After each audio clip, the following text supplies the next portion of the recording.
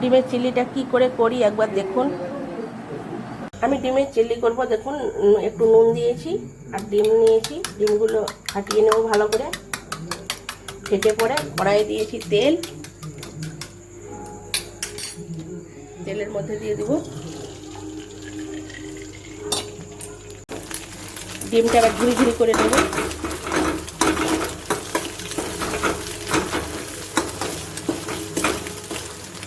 ডিম ভাজাটা আমি নামিয়ে নিয়েছি। পেঁয়াজ লঙ্কা কেটে নিয়েছি। কড়াইয়ে তেল দিয়েছি। তেলের উপরে পেঁয়াজগুলো দিয়ে দেব।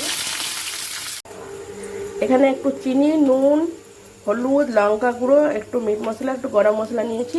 এগুলো সব দিয়ে দেব।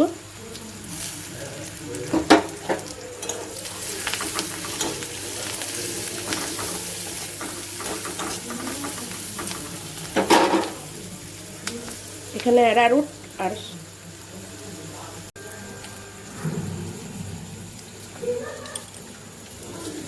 এখানে আছে অ্যারারুট আর একটু সস আছে, টমেটো সস। এটা দিয়ে দেব।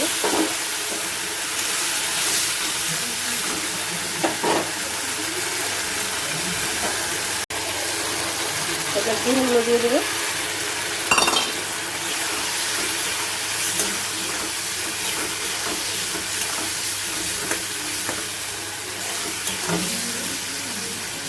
নেড়ে ছেড়ে নামিয়ে নেব।